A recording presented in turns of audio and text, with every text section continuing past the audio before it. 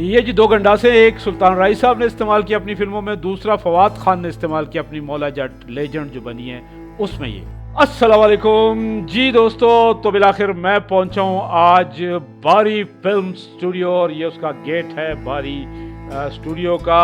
اور میں باری سٹوڈیو کے حوالے سے پہلے اس کے آنر کے حوالے سے میں آپ کو بتاؤں کہ باری سٹوڈیو جناب ملک غلام باری صاحب نے بنایا تھا۔ ملک غلام باری صاحب کا میں آپ کو تھوڑا سا تعارف کرا دوں۔ ملک غلام باری 1918 میں پیدا ہوئے، اور پھر جو ہی وہ کوئی 30-35 سال کی عمر میں غالباً اس سے پہلے شاید شوبز انڈسٹری میں آئے، اور انہوں نے فلم پروڈیوس کرنا شروع کی، اور غالباً ماہی منڈا کے نام سے شاید انہوں نے پہلی فلم بنائی۔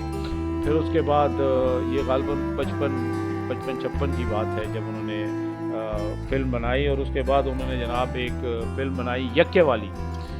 یکے والی جناب ایسی فلم تھی جو غالباً بہت ہٹ ہوئی، اتنی ہٹ ہوئی کہ اس نے اتنا سرمایہ کمایا کہ باری صاحب نے جناب یہاں پر فلم سٹوڈیو بنا لیا۔ مطلب انہوں نے یہ زمین خریدی، اور یہ زمین غالباً کوئی میرا خیال ہے 20-22 ایکڑ پر مشتمل ہوگی، اور اس میں اتنا خوبصورت اور بڑا اسٹوڈیو غالباً اسی فلم سے 1957 کے دوران انہوں نے یہ اسٹوڈیو بنایا، اور یہ دیکھیں بہت خوبصورت اسٹوڈیو ہے۔ تو باری ملک صاحب نے جناب ان کے حوالے سے بتاؤں کہ 3 شادیاں بھی کی تھی، اور انہوں نے پہلی شادی جناب سریا دلیپ کمار صاحب کے چھوٹے بھائی میرا خیال ہے ناصر خان ان کی بیوی تھی، جو اس زمانے میں فلموں میں ہیرو بھی آئے ہیں۔ وہ پاکستان میں رہے تھے، بعد میں وہ بھی چلے گئے تھے انڈیا، لیکن ان کی بیوی تھی جو انہوں نے غالباً چھوڑ دی، اور پھر انہوں نے جناب شادی کی باری ملک صاحب نے ان کے ساتھ۔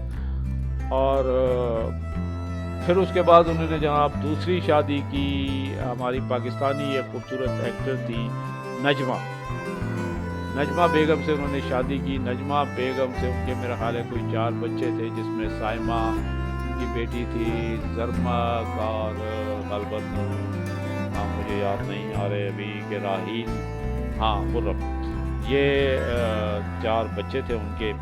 پھر انہوں نے جناب تیسری بھی شادی کی، سلومی ایکٹر سی وہ بھی ہماری، ان سے جناب شادی کی، اور ان سے ان کی 2 بیٹیاں ہیں۔ خیر یہ تو باری ملک صاحب کا تعارف تھا، اور یہ ان کے اسٹوڈیو کے حوالے سے میں اس وقت جناب اسٹوڈیو کے حوالے سے آپ کو کیا بتاؤں۔ پاکستان کا یہ مطلب آج ایک زمانے میں 10 اسٹوڈیو یہاں ہوئے لاہور میں، کراچی والی بات تو میں نہیں کر رہا، اس وقت میں لاہور کے حوالے سے بات کر رہا ہوں۔ تو اب وہ 10 اسٹوڈیو جس میں جو میں نے اپنے اس میں دیکھے تھے، شباب اسٹوڈیو تھا، اس کے علاوہ شانور اسٹوڈیو تھا، تو وہ دونوں اسٹوڈیو تو اب مکمل طور پر ختم ہو چکے ہیں۔ نام و نشان بھی اب ان کے اسٹوڈیوز کے حوالے سے نہیں اب پہچان سکتے آپ، نام و نشان بھی نہیں ہے۔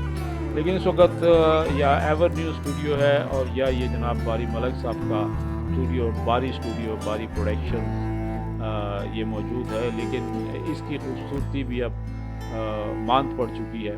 یہ اتنا صاف ستھرا ہوتا تھا، یہاں پر ایک ہجوم ہوتا تھا اداکاروں کا، یہاں پر آپ آئیں تو ابھی یہاں پر آپ کو صرف مزدور طبقہ نظر آ رہا ہے، اور وہ بھی اس لالچ میں آتے ہیں کہ شاید کوئی یہاں کام نکل آئے، کچھ وہ ہو۔ کام ہو رہا ہے، لیکن اب لازمی ہے جہاں 100% کام ہوتا تھا وہاں اب تقریباً 10% کام ہو رہا ہے، اور وہ 10% بھی نہ ہونے کے برابر ہے۔ زیادہ تر کمرشل وغیرہ کا شوٹ یہاں پر ہوتا ہے، مطلب تقریباً 10-11 میرا خیال ہے 10 یا اسٹوڈیو فلور ہوتے تھے، اسٹوڈیو فلور ہوتے تھے، جو اب اس وقت مطلب ان کی حالت یہ ہے کہ میں کیا بتاؤں آپ کو کہ اس میں اب گودام بن چکے ہیں۔